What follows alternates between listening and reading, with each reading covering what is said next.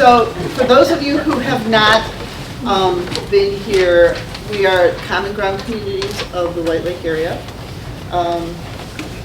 Does everybody want to kind of raise your hand if you're part of the general team? We have other people too, I think, but yeah, we got together about 1.5 years ago, maybe a little over. Concerned about the division, conflict in our community, and knowing how important it is when you start going through difficult times, how important it is to have community and to be together on the same page and to understand what is happening, and we tried to figure out, how to do that. So we came up with the idea that we would do a non-part. This is not political. This is about people. It's about education and learning, and trying to bring people together that way.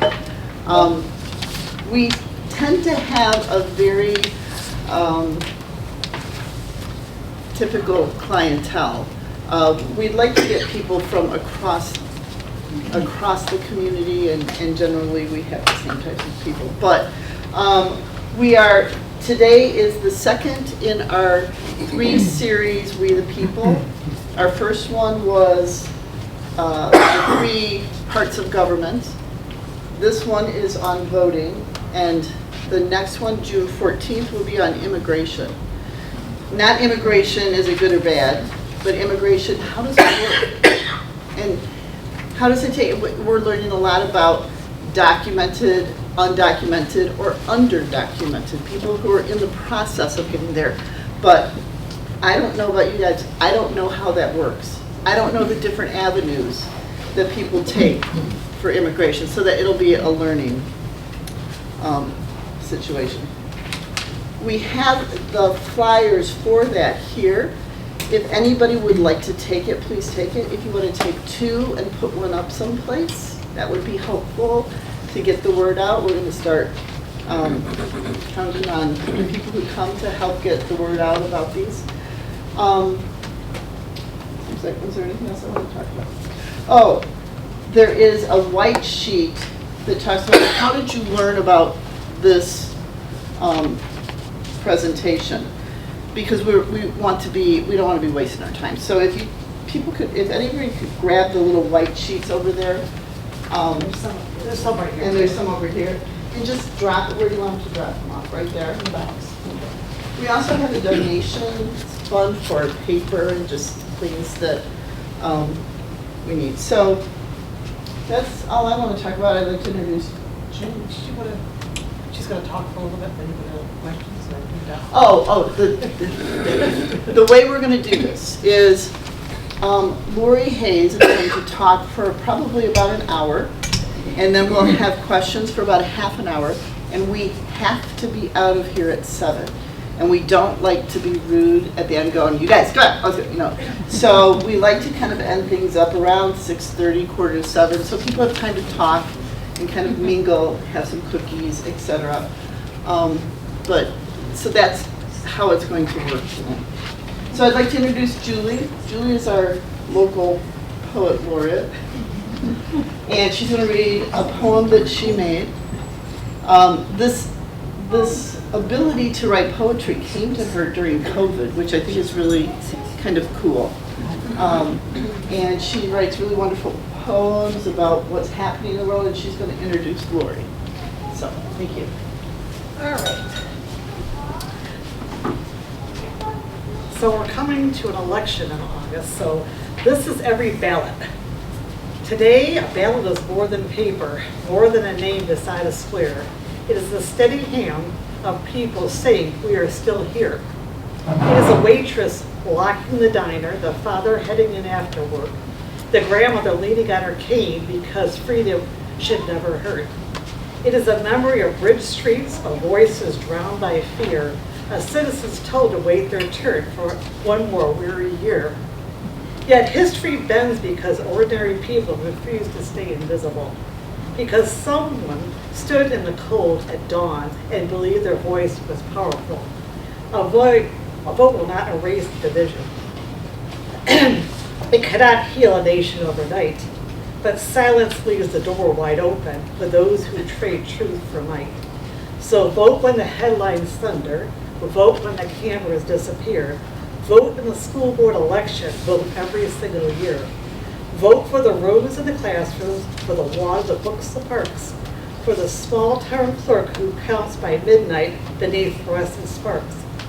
Vote because somebody once marched so you would never bow your head. Because somebody faced a fire hose while demanding to be heard instead. Democracy does not survive on speeches or flags the wind unfurls. It lives on ordinary citizens who keep showing up for the world. And someday, a child may ask us, what do we do in troubled days? Whether we turned away exhausted or carried forward the flame. Let the answer be this, that we stood together in hope, not fear, that we believe our voices mattered, that we return year after year. Because every ballot is a promise that every election decides what kind of nation we become when conscience is our guide.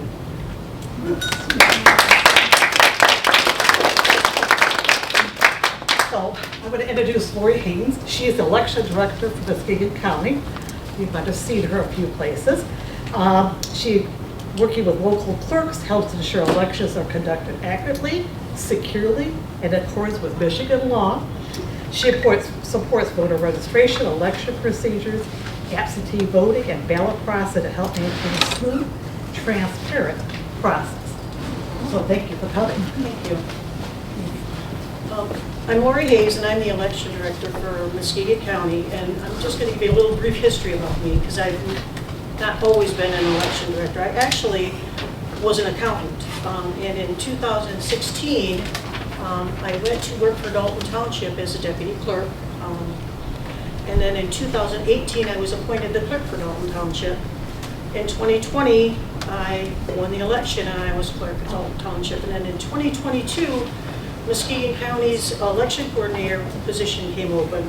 And Mike's not on. I don't know what to put that. oh, I know, I'm pretty loud. Okay. Oh, yeah.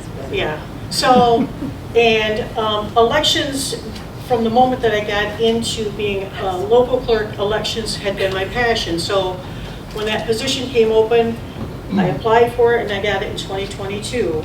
In 2022, that was a year where there were all the changes in the election laws, and we got our same-day registration, we got early voting. So that was a big year for elections. And in 2024, that was the first year we had to implement early voting. And people have the misconception that early voting is a responsibility of the county. It's not. It's actually the responsibility of the local clerks, but in Muskegon County, there's so many jurisdictions that are single precincts, very small. So I kind of spearheaded doing the consolidated site for Muskegon County. So the county does the 9 days of early voting. I facilitate it at the Marquette campus downtown in the student center. I hire everybody, and then if there are any costs that I can't get reimbursement for from the state of Michigan, then I bill back to the jurisdictions. In 2024, for all 3 elections that we had, I ended up only billing back $2,000 to each jurisdiction that participated. When I did the initial figuring for each jurisdiction, it would have been over $1 million if each individual jurisdiction had to do it themselves. So I like to pat myself on the back and say we saved the county quite a bit of money doing that. And also in 2024, I noticed that we were paying somebody else to do ballot programming, and it was costing, depending on the election year, if it was an even year where we had all the big elections, we were spending $50,000 to $60,000 for somebody to do programming.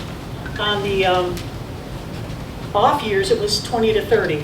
So I decided, okay, I can do this. So in 2024, I went to training, I learned how to do the programming, and then I pushed the county and said, okay, I need to be the director now. And so I got my promotion to election director in 2025. So now I do all the programming for Muskegon County. And I'm kind of proud of that. This August election is my first big election that I programmed, and It's looking good. I'm really happy about that. So when I was approached to do this presentation, by the way, this is the first time I've done this, so if I stumble, please have a little patience. They asked me to talk about a few things. They want to talk about the voter registration process, how the elections are handled in Muskegon County. They wanted to talk about the important timelines coming up, how the votes are tabulated and counted, absentee ballots, which I know is a big hot topic for a lot of people. You know, how are absentee ballots handled? How are they voted and counted? And then the last thing they asked me to talk about was the voter fraud and how we in Muskegon County are safeguarding against voter fraud. So the first thing I'm going to talk about is voter registration. So I brought blank copies of voter registration forms. So to be a registered voter in Michigan, you need to be 18 years or older. If you're 17 and a half years, you can register, and to vote in the next election, you have to be 18. We do have the pre-registration process for 16 and 17-year-olds, so they can pre-register, but they still can't vote until they're 18. To become a registered voter, you have to have a Michigan driver's license, a state ID, or a U.S. passport. When you go into a clerk's office, or a utility bill with your name and your address on it, insurance documents with your name and address on it, bank or credit card statements with your name and address, financial aid or school enrollment documents, lease agreements, anything that says you're who you are and you live at the address that you're telling your local clerk. When you do that, in 2022, the same day voting came in, so if you go in and do that up to 15 days before the election, you can do it by email, by mail, or you can go in person. 14 days to the election day, you have to go see the local clerk because you have to show all this to the clerk so they can get you in the system, and then they give you a special form that you take to the voting booth. That's not all of the above, that's any of the above? You need to have, yes, any of the above. And then you must be a U.S. citizen. You cannot currently be serving a sentence in jail or in prison to be a registered voter in Michigan. Now you can register to vote, but if you're in prison, you can't vote. So, then we get a lot of flack for that. But if you're incarcerated, you don't get to vote. Once you come back out, you can. So, what I did is I highlighted, and I'm a walker, sorry. So, on the registration to vote application, what I did is I took one and I highlighted the things that need to be completed, and then those are turned into the local clerks. Now, we have groups that go out and do registered voting. You know, they go out and do these drives to do registered voting. They bring them into me. I go through, I check everything, and then I'll send them out to the local clerks. The Muskegon County is not responsible for registering voters. The local clerks and city clerks, they register voters. I will help, but they do all that work. So, and if you know anybody that needs to register to vote, feel free to take any of those forms. I've got them there for you. So that's basically the registration process in Michigan. It's not very hard, but it can become a hot topic for certain people. So we just try to make sure we get everything done. Yeah. If you have to provide that information and they're registering with somebody else, how do they provide So their what proof happens is the local clerk will take the application, they'll look this person up, make sure they're not registered to vote. They'll check and verify that the address is correct in our QVF, our qualified voter file, and they'll go ahead and register them, but they'll register them as a challenged voter. So the first time they go to vote, they'll have to bring in an ID. They have to bring in something that proves that they're who they say they are and they live at that address. And so when they go to get a ballot, so their name will come up and it'll have a little exclamation point next to it, and that tells whoever's working on the election day that they need more documentation before you can give them a ballot. Yeah. So if one is homeless and does not have an address? So there are certain addresses that we use for people that are homeless. So they use that address and they can still register to vote. the City Rescue Mission. There are a couple other addresses, but yes, if they use that address, they can register to vote. So that's the voter registration process. Now, how Muskegon County handles elections. Like I said earlier, the local jurisdictions are responsible for election day. I help facilitate, I do the programming, I do the ballot ordering, I help them get to that point. So what I did is we share everything, by the way, as clerks. So my wonderful friend Brenda Bourdon at the City of Whitehall, she has this slide presentation that she uses in the schools, actually.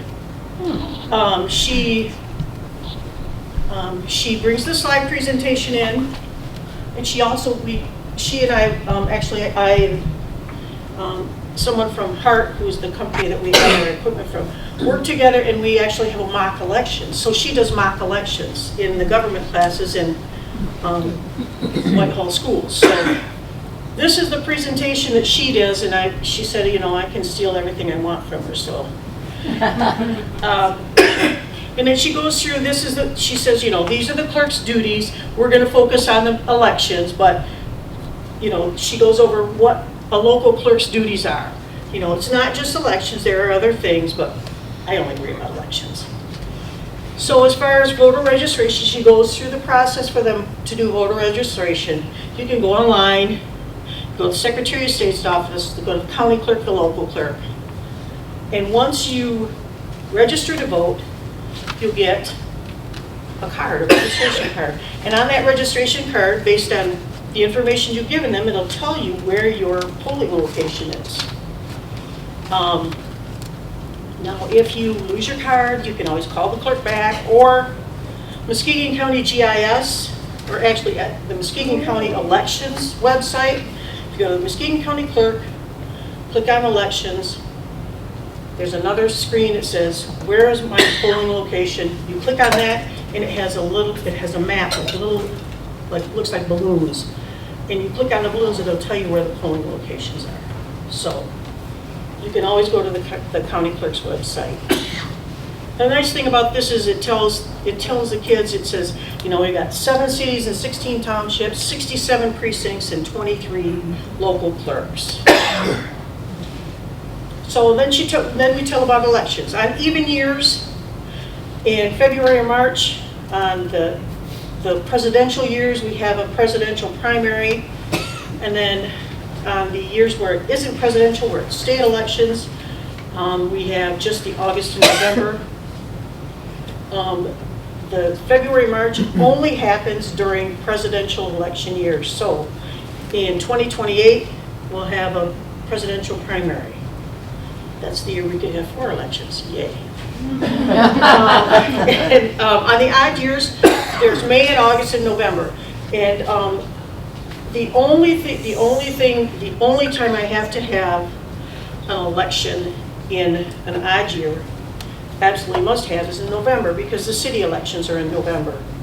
Now, if a school district wants a proposal, they will submit ballot language to the county clerk, and the county clerk will say, okay, we're going to have an election, and the election will only be for the precincts that are involved with whatever school district, or sometimes townships put things on the odd years, but sometimes we don't have anything on odd years. It's been a long time since that's happened, but we live for it. Lori, I think the 2 local towns have moved it. So yes, the city of Whitehall and Montague. Yep, Montague has moved theirs to the even years, and Whitehall has moved theirs to the even years. Everybody else is odd still. But I know they're trying to push it, because then potentially we would have no elections every other year. And lower costs. And at lower costs, absolutely. And that's the whole idea, is we want to try to still have our elections, but be more efficient with it. So the big lie. So she brings up 2020 because that's always been it's still a sticking point. The claims that the election was stolen, the irregularities happened, but to this day there has still been no evidence found that anything happened in the 2020 election that would make it be stolen. So she brings that up just so to cover it up. How about the 24 one? Yeah, right. Not in my county. Not in my I county. have a question for you. Okay, what goes back to the kids with it, or anybody? I mean, because people say they're not always told they have to have an ID. Now, when I go, I mean, I've been voting in the same Bonneview Township. Every time I go in, even though they know me, they ask for my Yeah, ID. absolutely. So a lot of places, other places don't ask for that. Is that Well, something? the thing is, if they're not asking for an ID, then there's having you sign the affidavit on the back of the application. Okay. Because on when you go in, you're asked to fill out an application to vote. And if they, usually that first table, they ask you to get out your ID. If you don't have your ID, they say, okay, is it in your car? No, I don't have it with me. All right, so then you flip over on the back side, and there's an affidavit. And that affidavit is basically you're saying you are who you are, you just forgot your ID. Now, and it's happened. These affidavits are, basically if you lie on this affidavit and we find out, it's a felony. That's what I was trying to stress, that people. Yes. I mean, the first thing we do is ask for a valid ID, driver's license, state ID, passport, my government ID with a picture. You know, if you don't have it, fine, then you sign the affidavit. We do check. And I haven't had it, but I do know some county directors that have they filed charges against people because they lied. And it's $5,000 and it could be up to 5 years in jail. So we do check. Yeah, that's what. We do check. So, and that's it. That's the whole, we do the check and balance. We make sure we check everything in the precincts. We check the IDs. We check. We make sure you're who you say you are. If you're not in the qualified voter file, why aren't you? Are you in the right place? If you're not in the right place, we send you where you're supposed to go. If you're in a precinct on election day, we send you to the clerk. And you say you need to have an ID, you need to go to the local clerk's office and find out what's going on. So nobody just gets to vote. And if you do vote, if somebody does vote and it's challenged, it doesn't go through the tabulator. It goes into an envelope. That's what we call a provisional ballot. There's a checklist on this provisional envelope. And if you answer no to any one of the three questions, you can vote your ballot, but it goes into the envelope. And you have 6 days to come back and prove that you're who you say you are with your ballot ID or proof that you can vote. Yeah. This is personal, but I came back here to Michigan 20 years ago. I registered to vote, and maybe the first couple of years I voted, I had to show ID, but I don't remember ever showing ID in the last 10 years. I voted every election. But my township knows me. I go in and I think it's face recognition. Face recognition. They should be, just because. Would you repeat the question? There could come a time when somebody comes in that doesn't know you, and the procedure is you need to, yes, you should have. Somebody asked if you could repeat the question. She said that she's voted, but probably the last 10 years, she came back 20 years ago to Michigan, and in the last 10 years, she hasn't had to show her ID because they know her in the precinct. But they shouldn't do that. They shouldn't do that. They should be, get a little emphasis on that, I guess, on training, yeah. I've seen some, I forget the info, they tried to pass like certain bills to just automatically register people and give a voter ID card to everyone for free. Is that a feasible thing even just at the state level to do? Well, in the state of Michigan right now, if you get a driver's license, so anybody that's a teenager that gets a driver's license, if they don't check the box that says no, don't register for your vote, they're automatically registered to vote. Because when they go in to get their driver's license, they have the proper documentation to get the driver's license. So then that registers them to vote, and then it goes to their local clerk. Can you get a driver's license here if you're not a legal citizen? You can, but legal citizens aren't allowed that option. Or illegal aliens can get the Michigan driver's license, but they aren't allowed that option. If they are, they don't automatically get the registration vote. I think just to qualify that, anyone not a citizen. Yes, anyone Can't not a vote. citizen. Regardless Can't of vote. whether No. you're here legally or not. No. Right. If you're not a citizen, you have to be a citizen. Something's been in the news very lately, like this week, about changing that thing about automatic registering to vote. There is legislation, because it used to be the other way. It used to be you had to check the box to register to vote. Then they switched it and said, no, you check the box to not register to vote. Well, people don't like that, so they're trying to switch that back. But that's still, I'm not sure if it's in the House or it's still somewhere in a Somewhere in committee. Lansing. It's somewhere in a committee. There's about 20 things for elections in committees right now. The last thing I saw in that was Republicans in the House are pushing that. It has no chance in the Senate anyway. Yeah. So, I- it's- yeah. yeah, is what I heard. Yep. One last thing. Sure. So on the, Louder, on please. the idea of registering someone to vote automatically, could that be done right from birth and you're a citizen, you have the card that only you can have? Because you have to be, You have to be 18 years, I mean, we do pre-registration now for 16 and 17-year-olds with proper documentation. I suppose that could happen, but it's a, only you can have. for the me, card. looking forward, it's a nightmare because you have to make sure that the paperwork's correct and when do you trigger that they're allowed to vote, and I don't know. I mean, it could. I mean, it used to be you had to go get a social security number, now you get one at birth, so that could happen, absolutely. Yeah, I mean, you don't have, you can be born in the United States, a citizen, and not live here. Absolutely. You could leave, and so if you're registered to vote, you could fly in from Absolutely. another country and vote and then fly home again. Nope, you don't even have to fly into the country. That's Well, what- I'm saying is that, but if you're a born citizen but are a citizen of another country, if you've moved away and don't live there anymore, I think that might be the headache of Yeah. from birth. From birth, From exactly. birth. Well, and the thing is too with even though you're registered to vote, if you don't vote within 5 years, five years of elections, then you go down then you go into a countdown where you're notified that, hey, you haven't voted, you have 5 years to come in and say, yes, I'm going to vote, and if we don't hear anything from you, then we take you off the rolls. That's a big thing we just started doing in the state of Michigan, that had been happening for years. Well, on a follow-up to that, are you notified if someone moves out of state and registers in another state? Well, no. I know some states With do some that. states, yes. We don't have the cooperating capability with all 50 states. I think we have it with 10.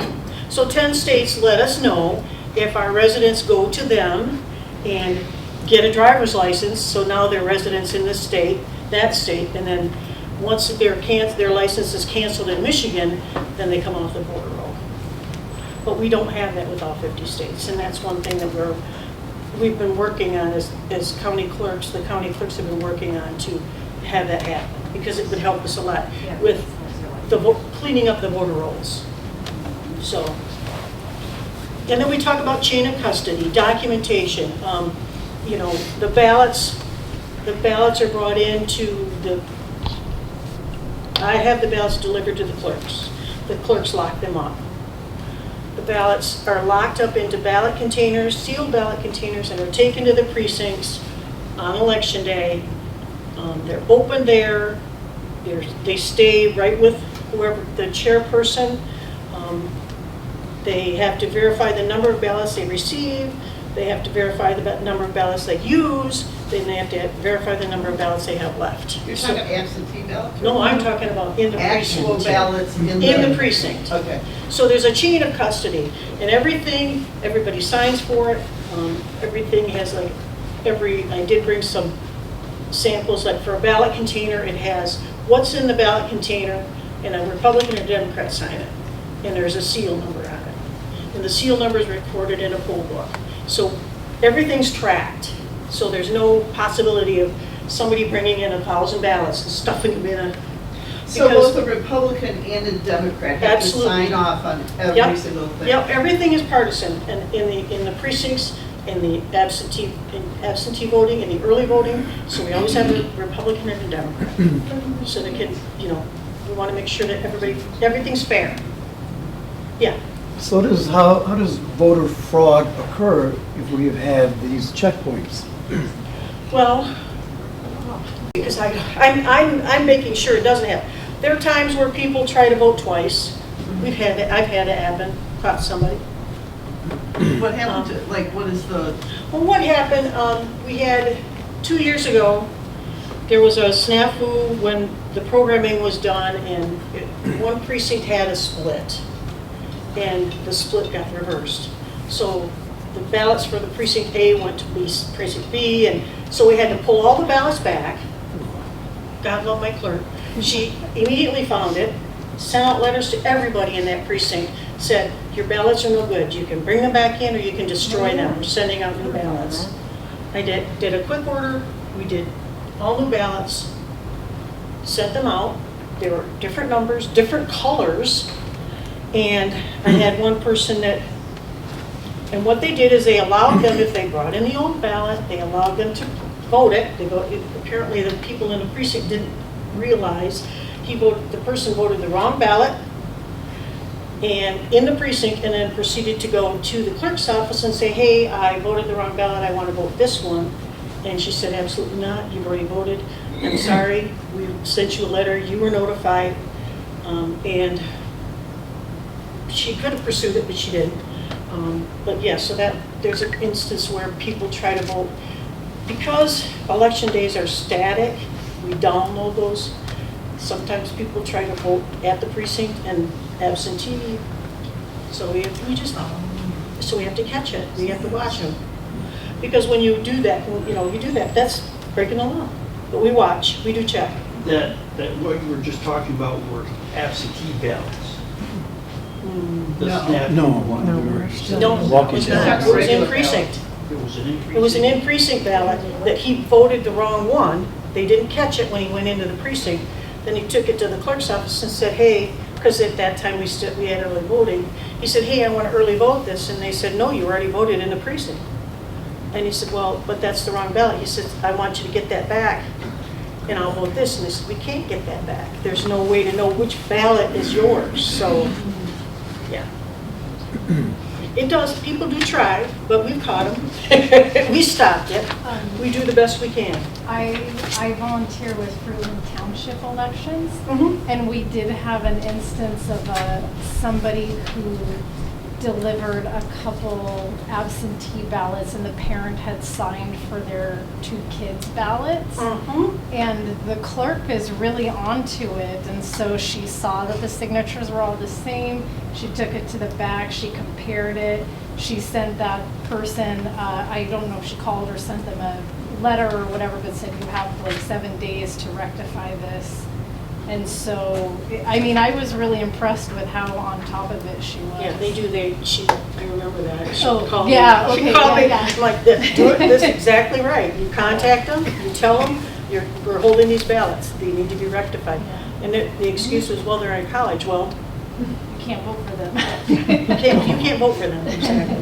So, but we're very, very tight with controls and making sure that everything is under lock and key, that needs to be under lock and key, and it has a chain of custody. If it's going from the clerk to the precinct, from the precinct back to the clerk, from the local clerks to me, there's a chain that they follow, and you can follow it. And that's what the Board of Canvassers do. They check that chain of custody.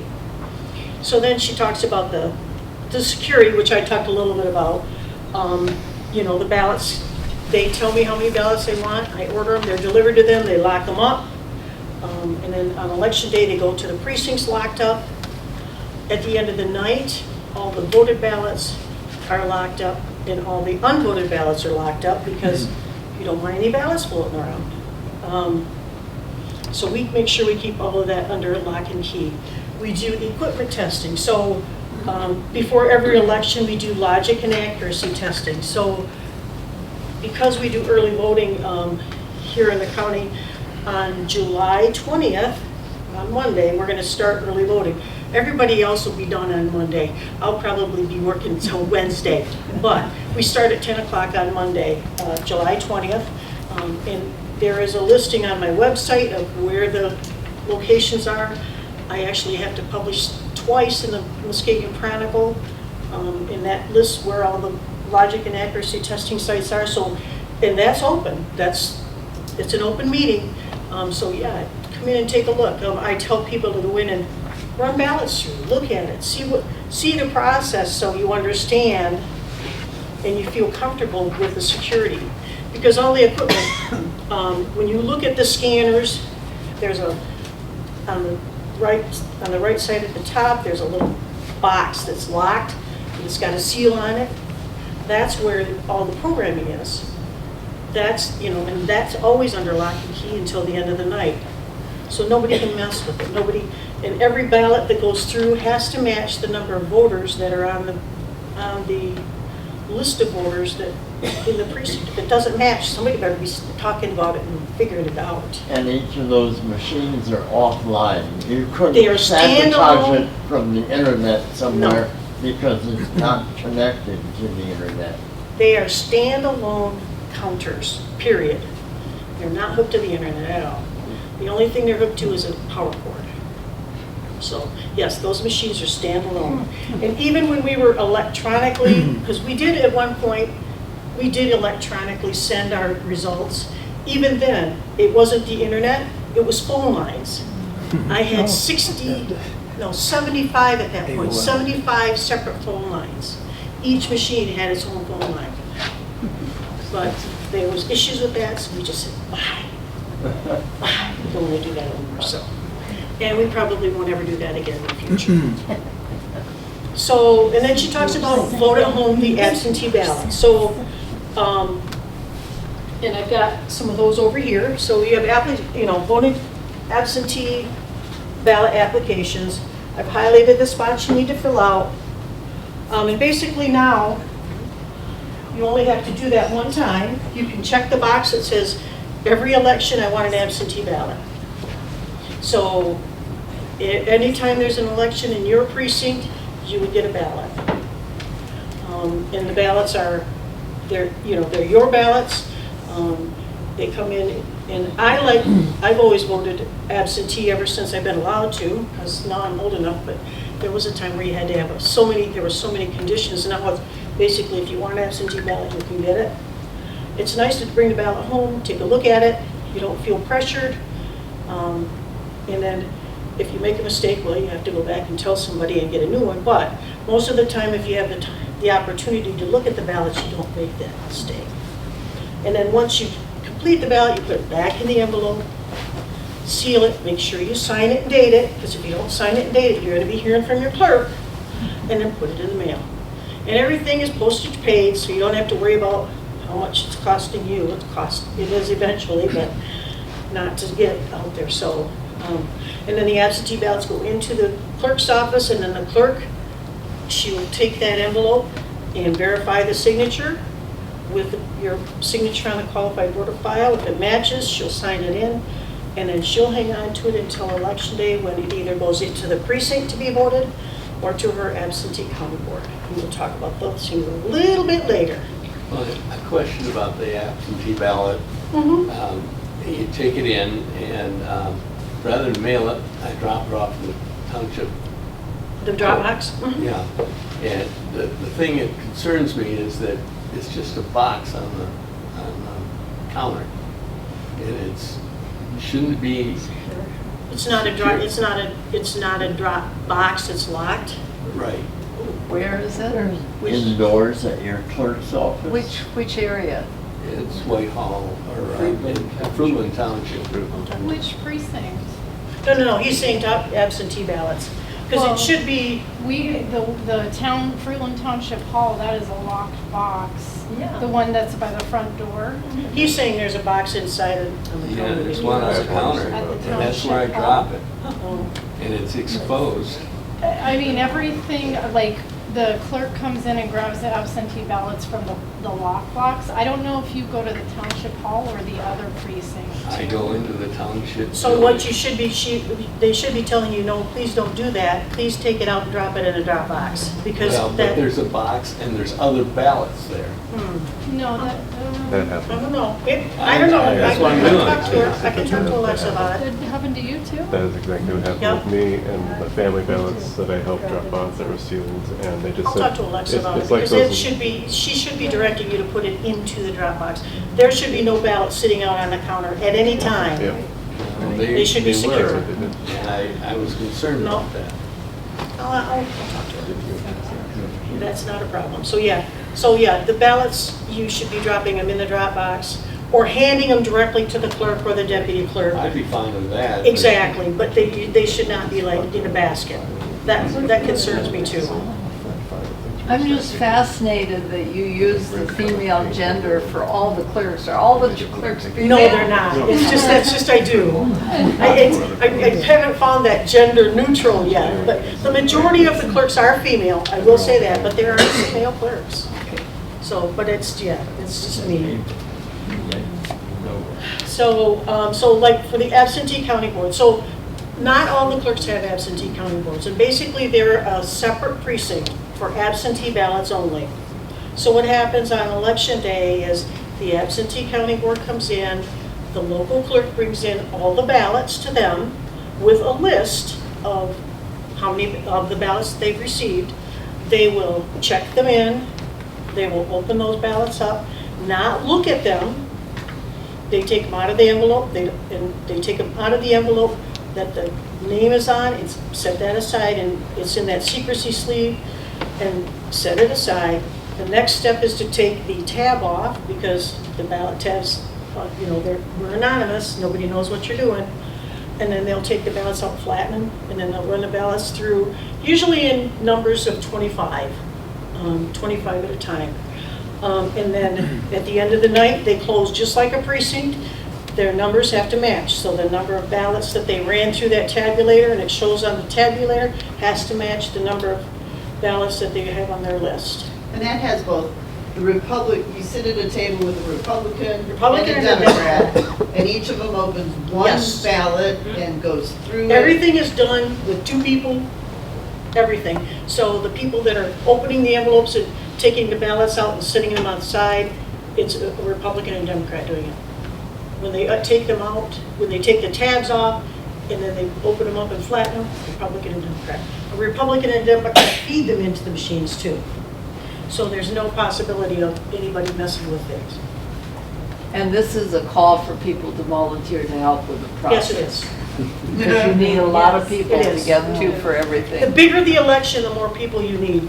The nice thing, the one good thing that the proposal 22-2 gave us is we can, depending on the size of your jurisdiction, you can pre-process. So I have some clerks that are pre-processing because they have, when you have 10,000 absentee ballots, you can't do it in one day. There's no way. So a lot of them are pre-processing on the Saturday before, locking everything up, and then on election day, they fire the machines back up and they finish the process. But everything is checked and balanced along the way, and everybody signs off. Can I add one thing that, if you do absentee ballots, you could check to make sure that it got there. Absolutely. There's a way to go online. You can go online and you can track your absentee ballot. So you know if it got there. It was If on doesn't your get there, previous then slide. it's The way to get it on the web was on your previous. If you go out to Michigan.gov, I think it's track my absentee ballot. You put your name in, it'll tell you, because you're on the list, you're on a permanent list, so it's going to tell you, yep, you're on the list, but they haven't sent your ballot yet. Once they get the ballots, which not yet, for August, once your ballot goes out, they say they've mailed your ballot, then you'll mail your ballots out. So you can track your ballot at every step. So when it gets checked in by the clerk, you can see that the clerk has received your ballot. Could you also mention to his, this man here mentioned bringing in a mail-in ballot and dropping it off at the clerk, Mhm. that you can also feed it into the machine. Absolutely, on election day. And a lot of people don't realize that. Or early voting. I get a lot of people that do that at early Yes, voting. so when you get your mail-in Mhm. I ballot, know, you but I can don't feed like it. to stand in the. You Oh, have to yeah. be in line, though. Exactly. But That's- I it was is. really surprised how many people didn't realize you could do that. Sure. So what it is when you go into either early voting or on election day at a precinct, they do what they call convert your absentee ballot to an in-precinct ballot.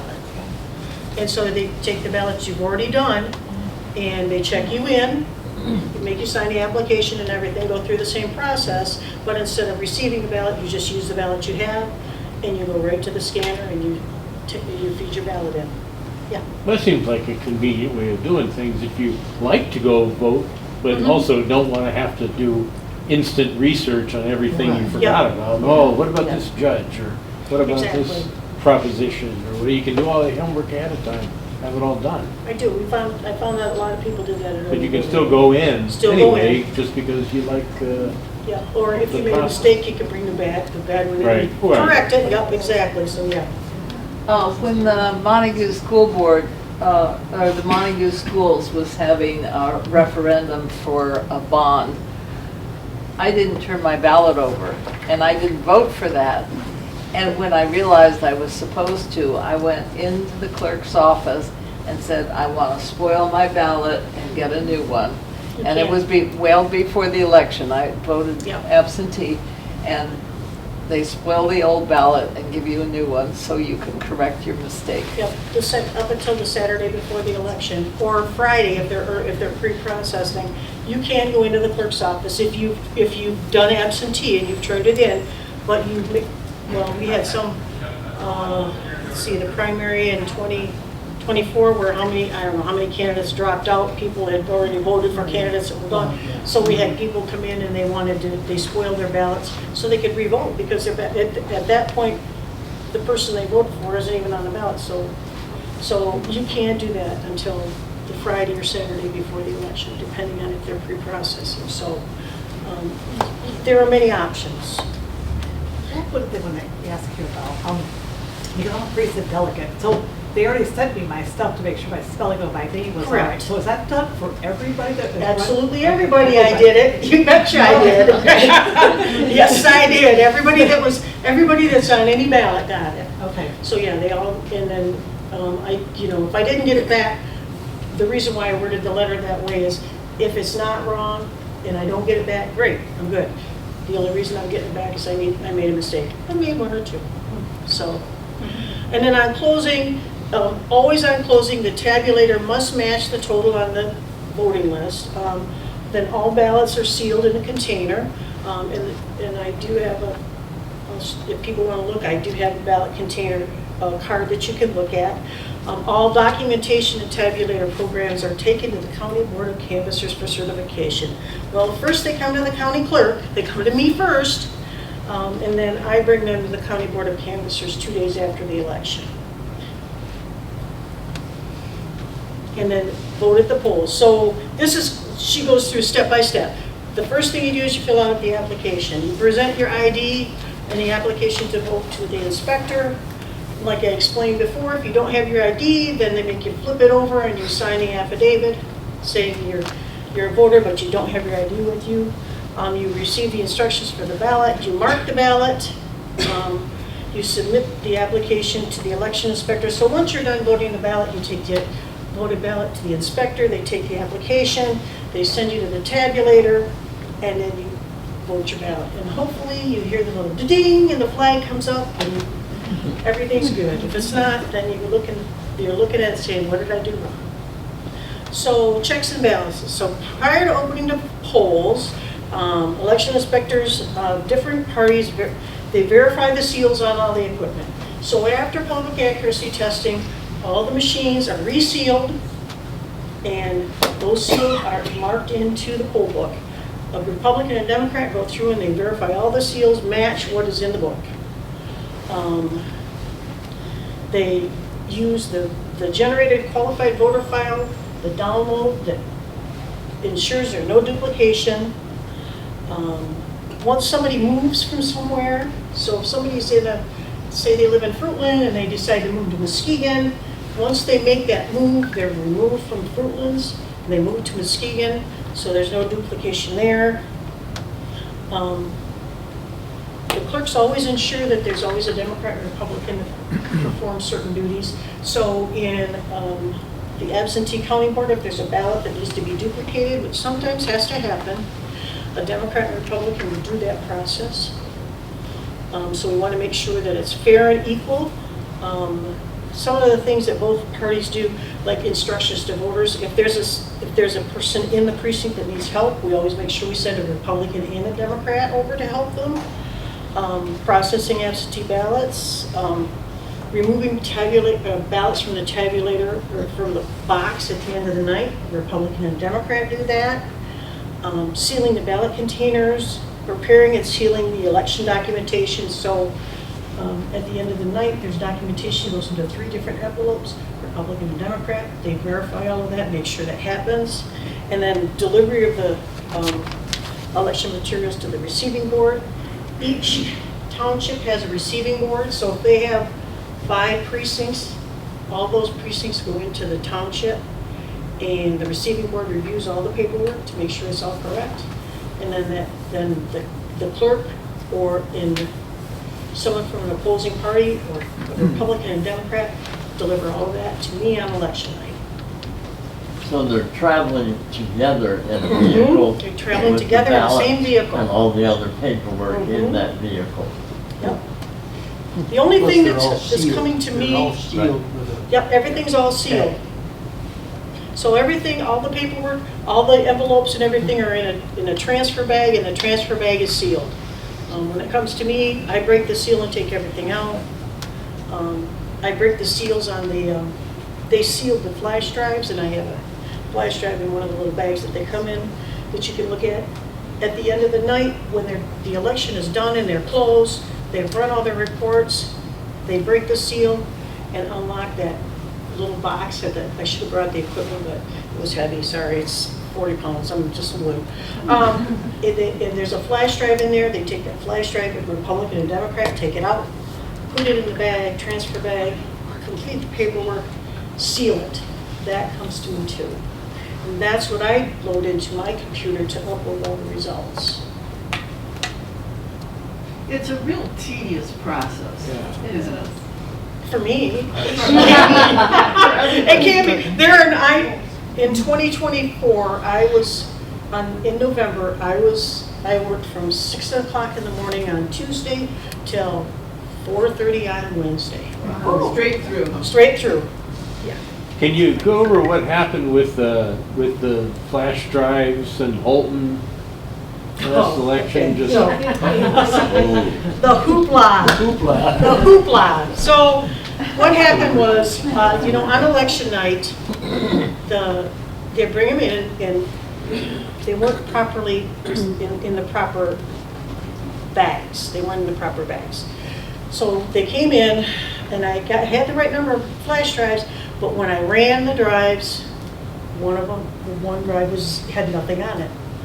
So I went to the clerk and I said, and I put the bags, when I emptied them, I put them in a mail thing right next to my desk. And I called her and I said, look, one of your drives is missing. You're missing, I can't remember how many votes. I said, I've checked my office, I've checked all your bags, I've checked everything. They're not here. So she came in the next day and she said, well, I don't know what happened. I said, I don't know what happened either, but you better figure it out or we're going to be retabulating. So she started checking the garbage cans, and she started checking the bin that I had the bags in. And she says, and she reaches down and she says, look, it's right there. I said, really? Okay. I said, well, okay. I said, all right, well, that's fine. I said, it's fine, we let it go. I said, that's great, we all make mistakes, whatever. So I took it, plugged it in, sure enough, there they were. Not a problem, I was gonna let it go. Yeah. I was gonna let it go. Until she went on social media. And then it was all out. And I said, you know what? I said, you're not gonna lie. I know that that was not there, but I was gonna let it slide, make a mistake, whatever. And so the county commissioners, it went to the county commissioners, and by the time, it was been a week, by the time it got to the county commissioners, I was pretty hot. And we changed the procedures. They do not leave, and yet they do not. I'm double checking, because I was just plugging them in. I had so many drives. I was plugging them in thinking, yeah, they're good, yeah. Had the right numbers, yeah. Now I wait and I verify that there are ballots. There are ballots on every drive. So it takes me a little longer, but it's worth it. But yeah, the hoopla, that was I got that from my mother. But I said, it said that all this hoopla is for nothing. It was a done deal. You brought in the right guy got brought in, the votes were there. It could have just gone away. We all learned something. Is your office got cameras? No. No. I was wondering about that because we talked about it. Yeah, because we I talked wondered about that. We Yeah. should. It should only We because moved. then you would have it, you know. Mm-hmm. Yeah, it was interesting, but the thing is, it wasn't in our containers. I'll show you our containers, because we gotta bring everything. The containers, the media, these are the bags that they're supposed to come in. By the way, that's a flash drive. And they're sealed, they're like this, and they have a seal on them. This is what they bring into me. She brought hers in a number 10 envelope, white envelope. Oh. First mistake. Gonna let it go. Just said, hey, don't do this again. Gonna let it go. But yeah, so that was my hoopla. To say the least, that doesn't happen anymore. But, so it's just, I'm not, it wasn't something that affected the election. The votes got tabulated. It was a learning thing. Just don't do it again. But she didn't let it go. With the absentee ballots too, I know a lot of you township where I live, they actually have a camera now. Mhm. And I don't know that's required, but Yep. they right above the box. You have to, yeah. They had us- Part of the new election laws for 2022 were ballot boxes, absentee ballot boxes have to have a camera now. It used to be that if you were before 2020, you could get away with it. Not anymore. The grandfather's gone. Everybody that has a ballot box, an exterior ballot box, on your building or sitting outside has to have a camera on it. So if there's something happens, because we did have CCTV. an issue with we had an issue with the post office box in Twin Lake, but, so, and we don't know how many ballots, because people were dropping their ballots there from Blue Lake, Cedar Creek, Dalton, so somebody blew up the ballot box a few years ago. Now we're saying everybody has to have a camera. They have to, and the state helps pay for it. Yeah. So for your protection, and you're talking about the camera, but for your protection, when you are doing all this for over 24 hours, do you have to have a Republican and a Democrat watching you? I don't, but I do have somebody in the office with me who happens to be I'm a Democrat and she happens to be a Republican, so it works out. But I do have somebody else in the office with me, just Prevent because of that. Yeah, prevent any Because of that. claims. Because I don't want anybody to question. But yeah. But at those moments, what you are doing was already processed by one of each. Yeah.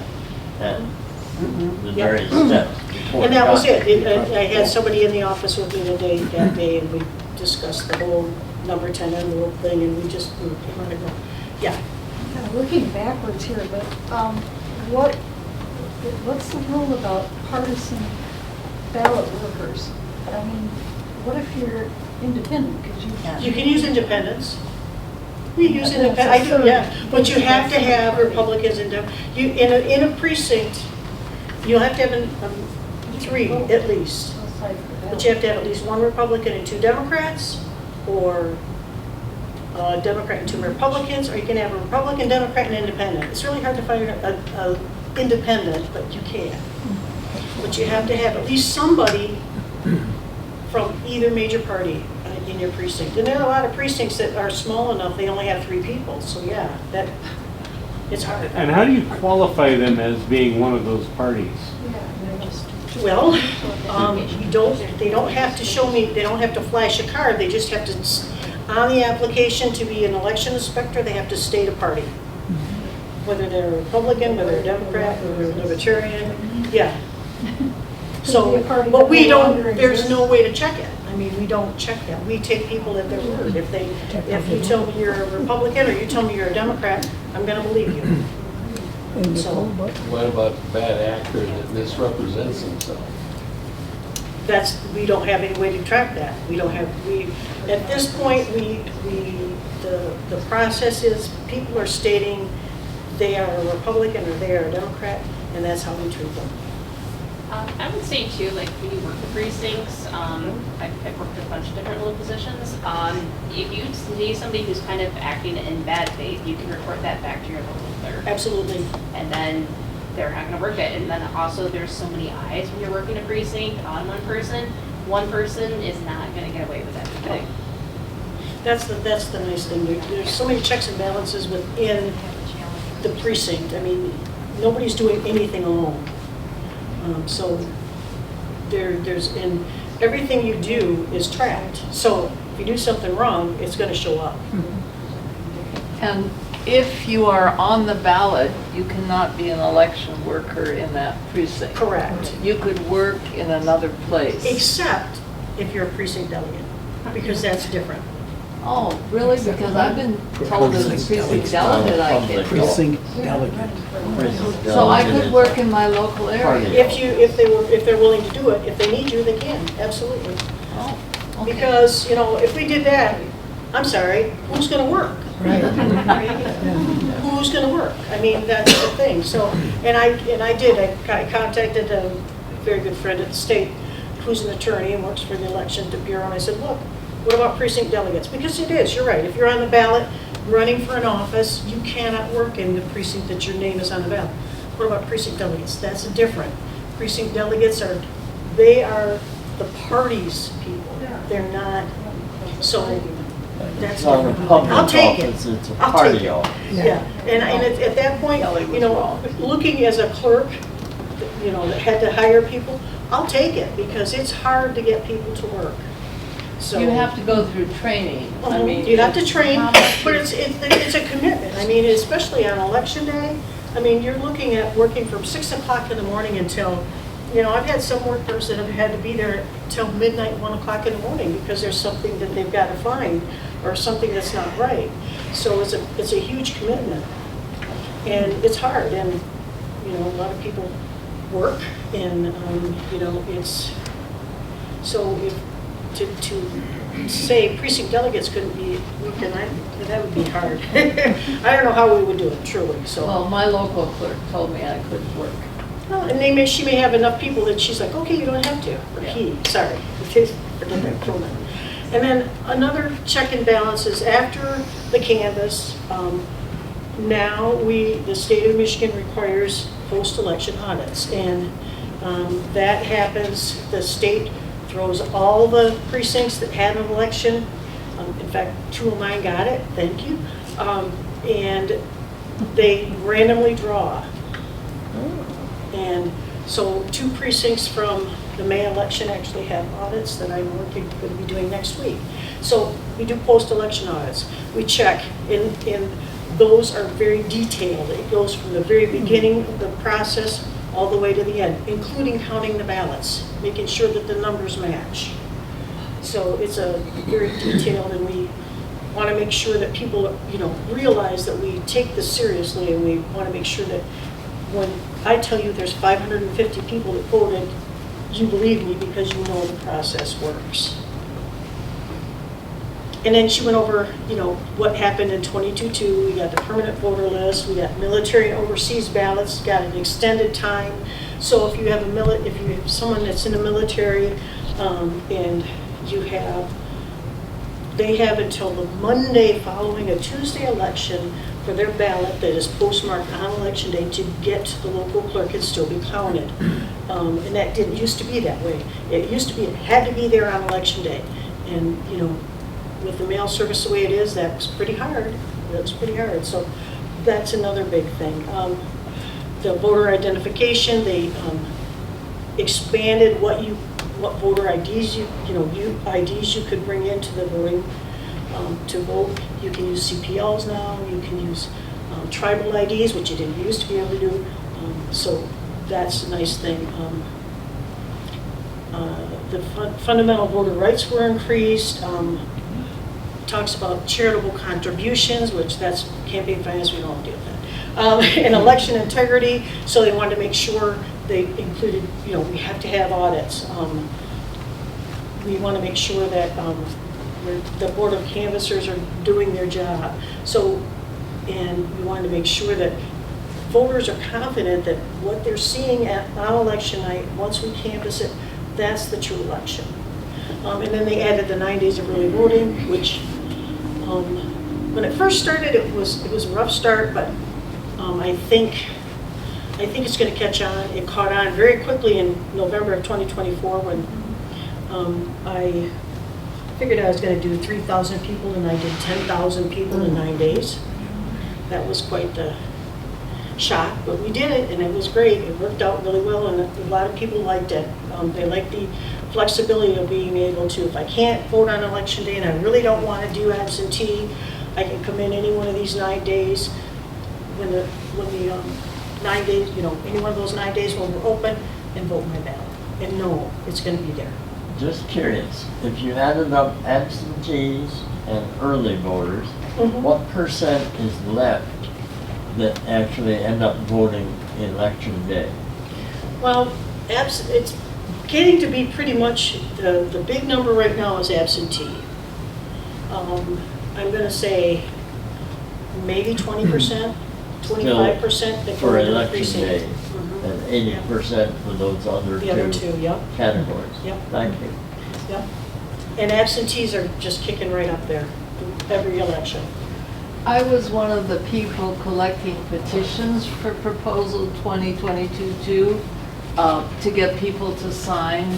And I actually had a lady telling me, you must appear in person on election day. I will not sign this.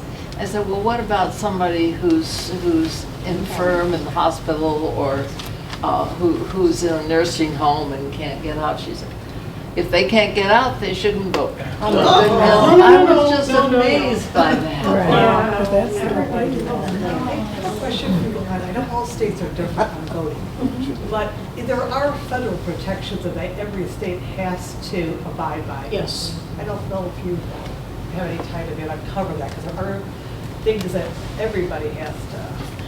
Well, the federal laws are so ingrained in the state that I don't even separate them anymore. So I know that,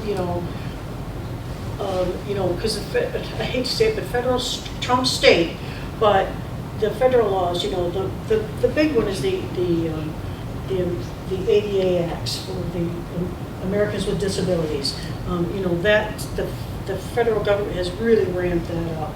So we are making sure we're accessible. Right now, there's a proposal that they kind of stalled it because it was not very effective, but now we have to make sure that all voters everybody with disabilities has access to our websites, all of our websites, the counties, the local jurisdictions, and that has to be in place by the end of 2027. So we have to have the capability for somebody that's blind to go to our website and be able to access the information on our websites.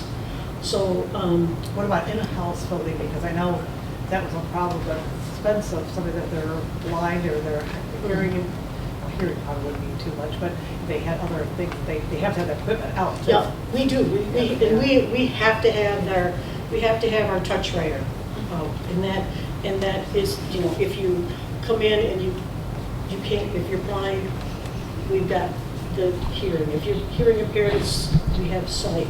Some people that are more disabled, we have the capability to use the pub, but normally they bring their own, so we don't have that. Also for the voter assist terminal, that touch writer, it also has different languages too. Yes, correct? If we have to program for different languages, no, thank you, Lord, I don't have to. But yeah, it does. It has different languages. So if I would have to program in Spanish, I would have to God forbid, have to try to read the ballot in Spanish, but yeah, it does. So, yeah, so those are the big things, I think. But the laws, I just want to make sure, my big thing is, every voter, everybody needs to register, everybody needs to have access. And I think you mentioned it, and I say it, your vote is your voice. If you don't vote, then you're doing a disservice to yourself. But I don't want to hear you gripe. That's what I tell people. Did you vote? First question I ask somebody, gripe, did you vote? No. If you didn't vote, you don't. How can you gripe? Exactly. That leads to my question. Research shows that in the last federal election in 2024, only about 40% of registered voters voted in this country. How does Muskegon County compare with that? We're pretty much, we're pretty much on target with that, unfortunately. There are certain jurisdictions, like the city of Muskegon, God love Ann Mish, she's a hot on it. She's got a trailer that she goes out to register people to vote. She does registration drives. They help their people that are shut-ins. She will take another person with her from her office. They'll go out and pick up somebody's absentee ballot and bring it back. I've done that in the past too. I mean, you do what you have to do. You want to make sure everybody, and I was a clerk in COVID, so, you do what you have to do. I mean, I can remember somebody calling and saying, I have COVID, I can't come in. Okay, put your ballot, I'm in your driveway, put your ballot inside your door, go in your house. And I go get your ballot, go back in and sanitize it. But yeah, you do what you have to do. We want to make sure. There is legislation now for curbside voting. I don't want it, but if they tell me I have to do it, I'll do it. For people with disabilities. So what you do is, a Republican and Democrat, take your card out, do the whole process at their car, issue a ballot, let them step back, let them vote it, have them put it in an envelope, take it back in, put it in the scanner form. That's in legislation. I'm hoping that doesn't happen because that's a lot of work.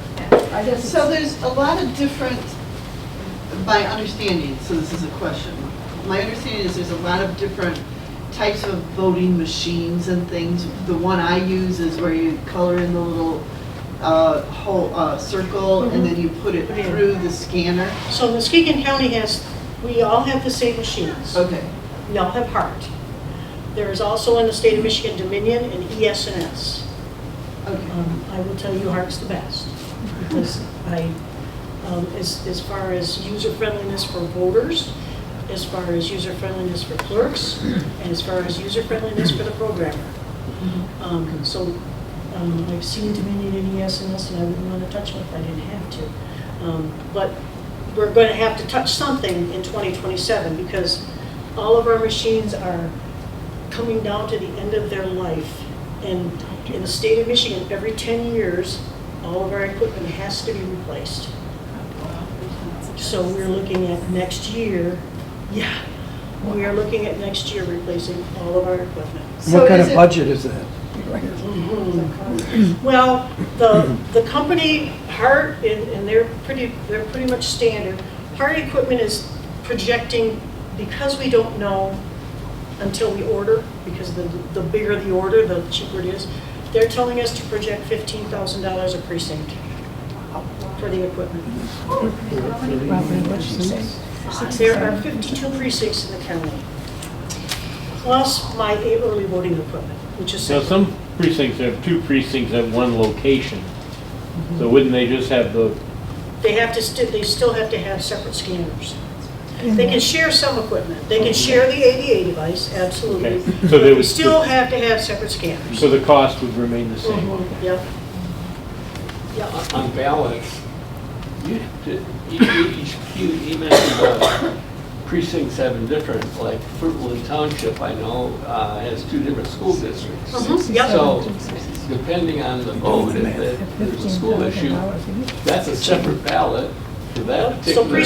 So in part. August, Fruitland Township 2 has 2 ballots. 1A, or 2A and 2B. 2A has Reese Parker Schools on it. 2B just has Muskegon Community College on it. Yeah, well, there you are, and then, but then that means you have to print up all those ballots. Yes. Whether they're absentee or So the in-house. clerks, they place ballot orders. They determine how many ballots they need for the precinct that has Reese Parker Schools and the other one. In the early voting site, I print the ballots on demand. So if you come in from Fruitland Township in your precinct 2A, I'm going to print your ballot. If somebody comes in for a fruit court, I'm going to print their ballot.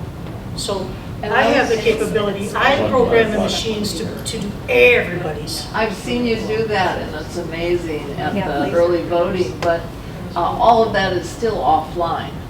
It is, no, early voting is online. Early voting, when they look at your record online, and when they pull it up, it's live. Because we have to have it live, because we're changing that record before we are going to go in and say, you already voted. So if you were to go in your precinct on election day and say, I want a ballot, it's going to say, nope, you voted early voting, you can't. The vote's not online, but Just the fact that you came in and voted. The registration, Yeah. yeah, that part. Not to ballot, I have no idea, because we don't even tabulate early voting until the election night. We close early voting at 8 o'clock on Tuesday. I have 6 people come in and fire the machines up and run the reports. So, You've seen them. so you said something there that kind of put up a little red flag for me. You said, I program the machines. Yes.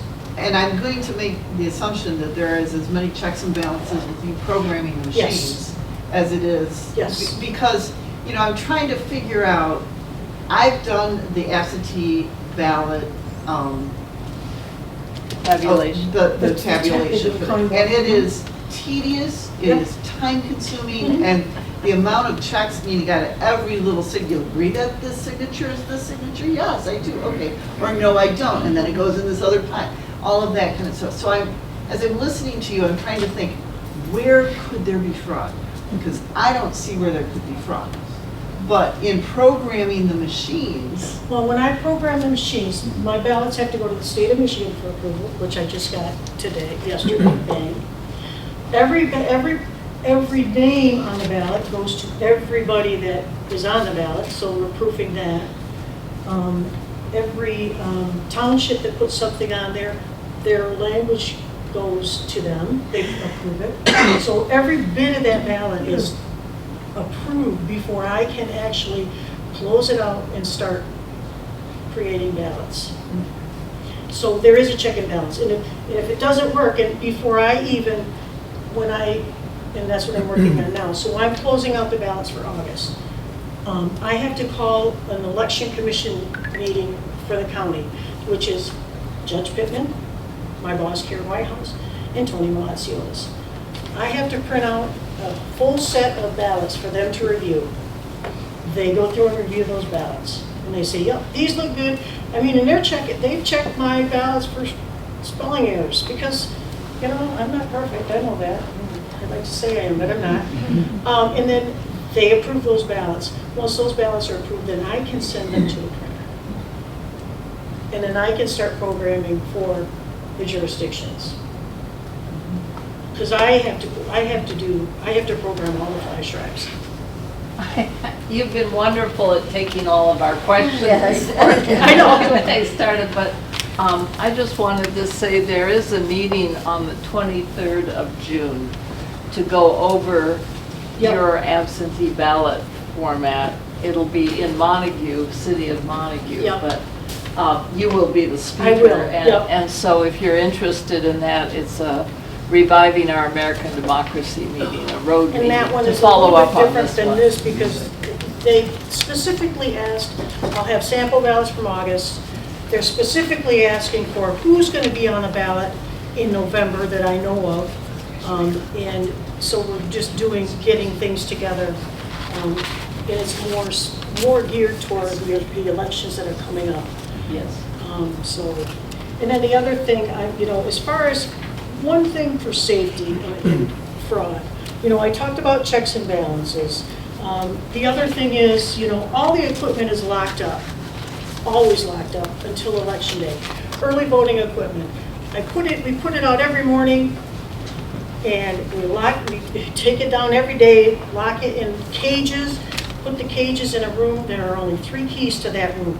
I have one, my boss has one, and the chief deputy clerk. Nobody else has those keys in Muskegon County.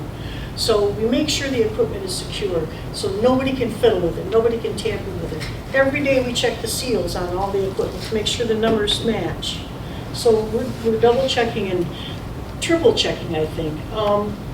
The other thing is now all ballots are on embossed paper. It used to be, any old paper you could run, you could make a ballot. Now we're using embossed ballots. So if you get a ballot that you hold it up to the light, you don't see the, that's not an official ballot. We're going to question that. We started doing local receiving boards. So when at the end of the election night, all the local clerks have to have a receiving board. They have to have everything checked before it comes to me. And then the County Board of Canvassers, Carla, God love her, we train our County Board of Canvassers, and they are spectacular at going through everything, making sure all the numbers match, making sure that the clerks are doing what they're supposed to be doing, following the check and balances. If there is an issue, they're making me call the clerk, and the clerk is coming in, and they have to explain if the number of voters does not match the number off the tabulator, why? They have to, everything has to balance. And if it doesn't, we need an explanation. And there have been times when we have had to bring in a tabulator from a precinct and bring in the ballots and retabulate. No doubt about it. If the County Board of Canvassers says retabulation, we do it. So, do you have any more questions? Yay. The qualified voter file, could you say a little bit about how that's developed, and maybe more importantly, how does someone get taken off that? Say there's a death, how are people So the removed qualified from voter file, that's the file where, that's our total statewide list of registered voters, okay? And at one point, you registered to vote if you're in that qualified voter file. The way to get off the qualified voter file, well, if there is a death. Now, before 2022, what happens is death certificates would come to the clerk, the clerk gets all the death certificates, and she would send the list out to all the local jurisdictions, and were supposed to take these people off. Well, that didn't happen. So, in 2022, we started, when death certificates come in, they come to my office. I physically go in, and I mark those people as deceased, and they come up as challenged to the local clerk, and the local clerk has to finish removing them from their voter rolls. So that's cleaning up the mess. And I have local groups that have been sending me lists of people that they found that are deceased already, and then I do the research, make sure that they're deceased, and I'll take them off. The other thing that I talked about is if you don't vote for 10 years, then you're automatically removed from the voter roll. So, and the big thing that gets us, and we talked about it, is somebody moves out of state and they move to a state where we don't have the cooperating, that we don't necessarily know. But if a local clerk sends something to somebody and it comes back, they're flagged. And they go on that countdown list, because now we're questioning whether they live there, and if they don't, in 5 years, if they don't come in and verify that they live there, they'll go off the list.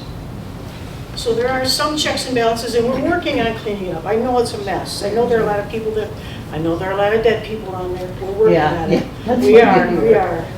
Well, dead people are not allowed to vote. Their vote doesn't count. But they don't show up at the polls unless they voted early or absentee and then died after, before the election. Well, the thing is though now, so what happens is if somebody votes absentee and say they turn it in early, well, if they early voted, they voted.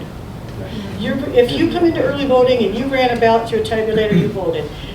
Absentee ballots are different. So if somebody early votes and say they turn their ballot in 2 weeks early and they die 5 days before the election, I am going to take them off the voter, take them off the roll, that ballot becomes rejected. But somebody has to tell you. Someone has to come to you and say. Well, we see all the death certificates. Oh, you do, okay. So we know, as soon as somebody, firstly, as soon as somebody dies, that death certificate's coming across my desk. And that was required, those came to you before any of this was going on. You always had their death certificate. It always came to the by clerk's law. office, but in 2022, it became the county clerk's job to make sure that those deaths are taken off, those orders are taken off the roll. Before it was, however it happened. That's why we knew the issue. So some microscopically small number of people could potentially vote early or mail absentee and die without a death notice getting sent because their body wasn't discovered Yep. soon enough or Yep. something. That's And their ballot would go You're through. gonna write a book.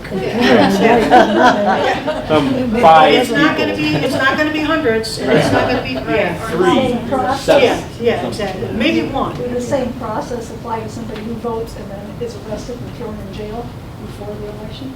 You don't get. So if they've already voted, they voted. You're thinking about the I mean, this is the thing. This is what I tell people, like, if somebody comes in and votes early, the ballot's gone through the tabulator, they voted.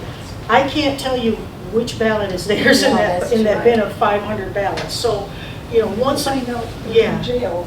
well, then, they've already voted, they voted before they went to jail.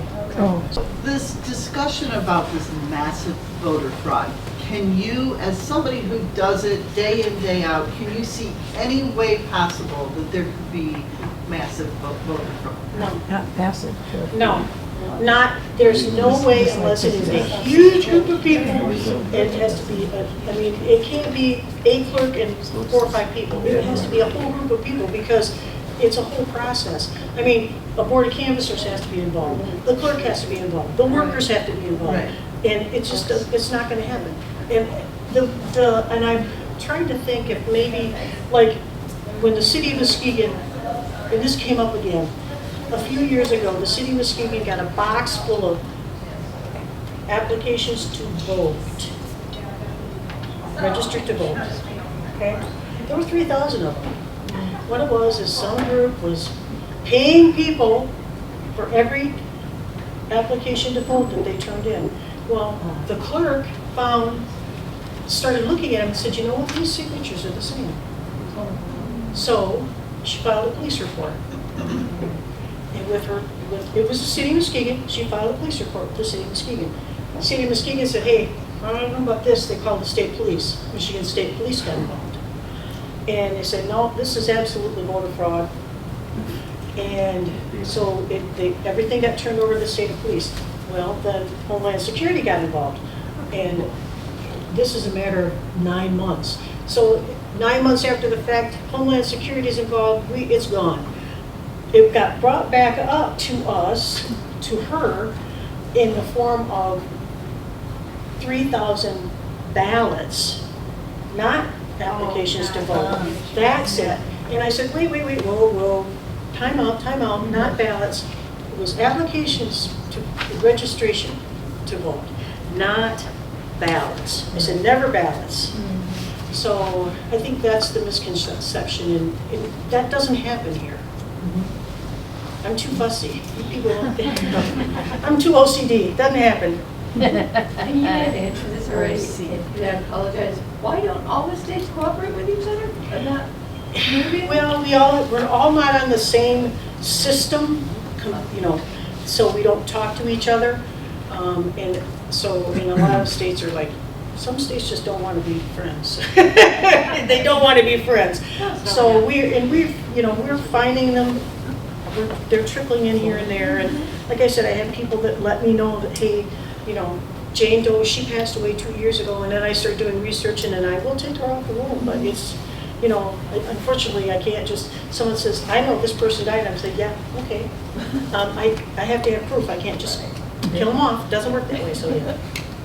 There, only citizens vote proposal. I'm sorry. Louder, Bob. And only citizens vote proposal? I know it's out there. I've heard it's out there. I have not heard that it's going to be on a ballot. When the state sends me, this is it, when I, because I know that there's a petition out there. When the state sends me the ballot language, then I put it on the ballot. And, yeah, so hopefully not. The part that has always worried me the most is that you send information to people, and if they moved and they don't get the information, then they go to vote and they don't get to vote. But now that we have same-day registration, that corrects that. Absolutely. And if they moved just a few days ago, they could still vote that place. Yes. And if they moved a longer time ago, they can go to the other clerk's Yes. office, re-register and vote that place. So nobody gets their No, vote yeah, stolen. because if you moved within 30 days, you can still vote at the last place you moved. If it's more than 30 days, you can go to the new clerk and say, hey, here I am, here's my utility bill, here's the back of my driver's license, I've changed my address, and you can get registered to vote that day and vote that day. So there's, it isn't like it used to be where there was this big lag, and, you had to, there were times where you weren't allowed to vote because this same-day voting just didn't exist. So this helps to make sure that nobody's disenfranchised. That's the whole point. Everybody that is registered to vote, wants to vote, gets to vote. That's what we want. So, I hope I covered everything. You did a great job.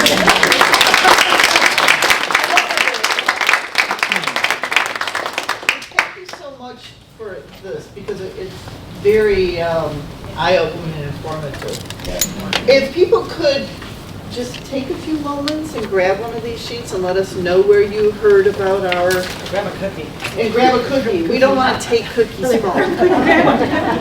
You got somebody at home who wants a cookie? Grab one for them. And we have a donation box as well.